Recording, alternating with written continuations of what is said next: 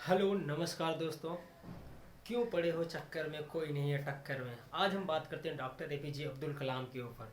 वो हमारे देश के महान विभूतियों में से एक माने जाते हैं।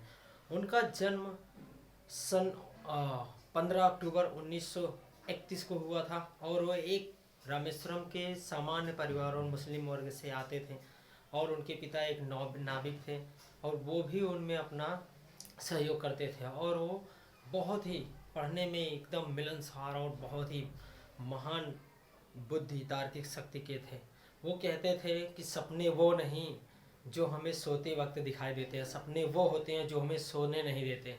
तो ऐसे उनके विचार हुआ करते थे। तो वो कहते थे अगर सूर्य की तरह चमकना है तो सूर्य की तरह आपको जलना पड़ेगा। प्लीज़ आप लोगों से निवेदन है कि आप लोग वीडियो के अंत तक बने रहें और देखते और सुने ध्यान से।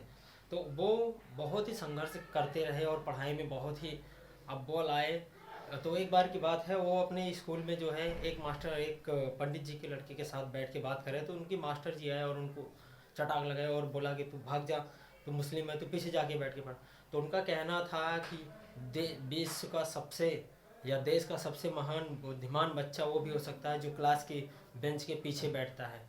ऐसे इससे कोई फ़र्क नहीं पड़ता, आप में जज्बे और जुनून होने चाहिए पढ़ने के। आप बिल्कुल डेफिनेटली सब कुछ कर सकते हो।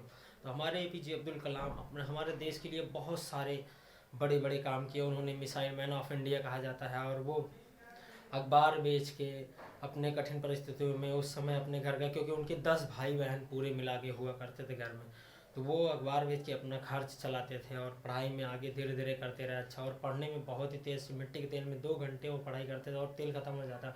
फिर उसके बाद उनके माता पिता देखा उनको पढ़ने में बहुत ही मन लग रहा है तो उन्होंने उनको अपना जो भी तेल था अपना अंधेरे में रहा और उनको उजाले में रख के पढ़ाया। उनको 11 बजे रात तक पढ़ाने का मौका दिया और वो इस मौके को कभी जाने थे। एक बार की ऐसी बात है, वो अपने स्कूल में जा रहे थे और अपने कच्छ रूम को छोड़ के दूसरे में चले गए और मास्टर जी ने फिर उनको एक कड़ाक लगाया फिर और बोला कि तुम अगर अपना रूम ही नहीं पहचाने तुम पढ़ोगे लिखोगे क्या।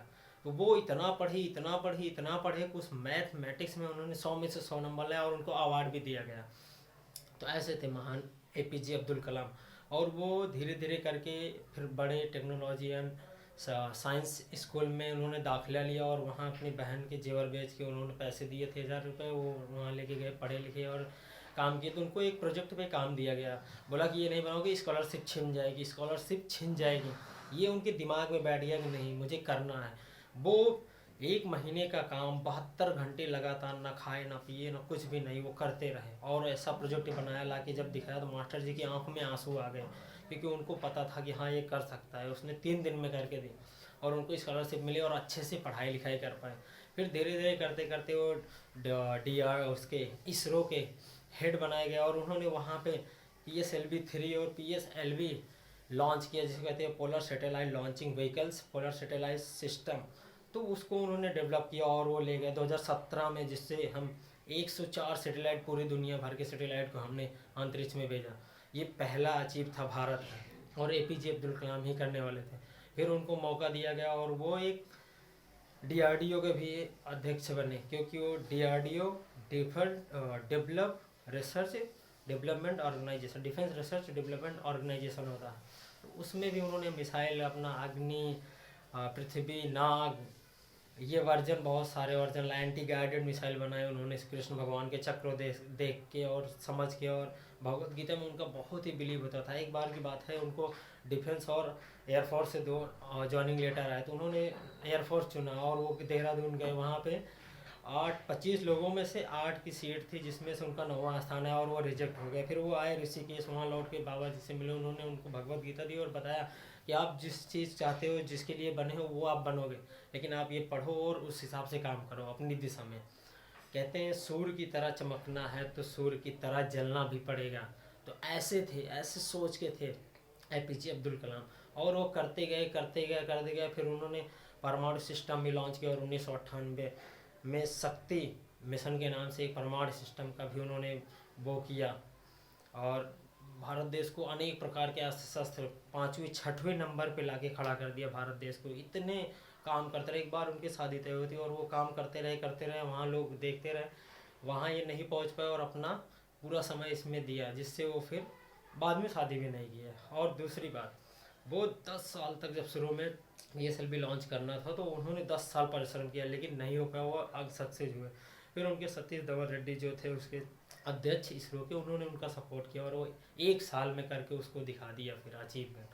तब ये ऐसे महान व्यक्ति थे APJ अब्दुल कलाम।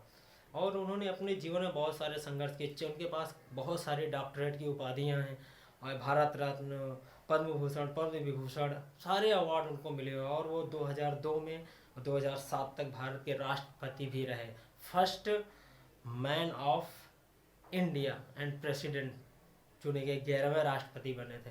तो ऐसे महान विभूति थे हमारे पंडित अब्दुल कलाम जी।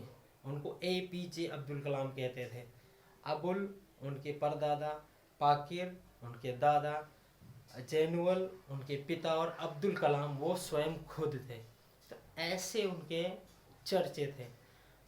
आप लोगों से मैं उम्मीद करता हूँ कि, और उनका देहांत वो अपने शरीर को छोड़ के चले गए थे 27 जुलाई 2015 को। ऐसे महान विभूति को मेरा प्रणाम और बहुत बहुत आभार, धन्यवाद, क्योंकि उन्होंने भारत देश को जो दिया वो काश कोई दे सकता है। लेकिन उन्होंने बहुत सारे लड़कों को, शिलोंग में उनका, मेघालय में उनकी इस स्कूल में, IIT स्कूल में वो अपना लेक्चर ले रहे हैं, तो वहीं पर उनको दिक्कत हुई और वहाँ अपना वो हॉस्पिटल में जाके फिर दम तोड़ा। फिर आप सोचो, आप अगर चाहो तो कुछ भी कर सकते हैं जीवन में। संघर्ष करना आपके बस में होता है, ना कि हाथ में हाथ रख के बैठ के सोचते ही रहना। इसलिए कहते थे ना कि अगर आपको कुछ करना है तो कुछ सोचना पड़ेगा, कुछ बड़ा करना पड़ेगा, तब जाके कुछ बड़ा होगा। और हताश होकर अगर बैठ गए तो हार मान के, जीवन में कुछ भी नहीं होता। वहाँ हमें दिक्कत और परेशानियों का सामना ही करना पड़ता है। तो ऐसे थे महान APJ अब्दुल कलाम। इतनी बड़ी उनकी कहानी है, इतने छोटे से समय में कैसे कह सकते हैं। आप लोग पढ़िए, उनके बारे में जानिए, समझिए और अपने संघर्ष को उनके संघर्ष से मिलाइए। हमारा संघर्ष कुछ भी नहीं है जितना उनका था, तो आप लोग करने का प्रयास करिए। बहुत बहुत धन्यवाद सुनने के लिए और वीडियो के अंत तक बने रहने के लिए। आपसे निवेदन है कि आप लोग लाइक, कमेंट, शेयर, सब्सक्राइब करते रहें और आगे वीडियो को बढ़ाते रहें। बहुत बहुत धन्यवाद, नमस्कार।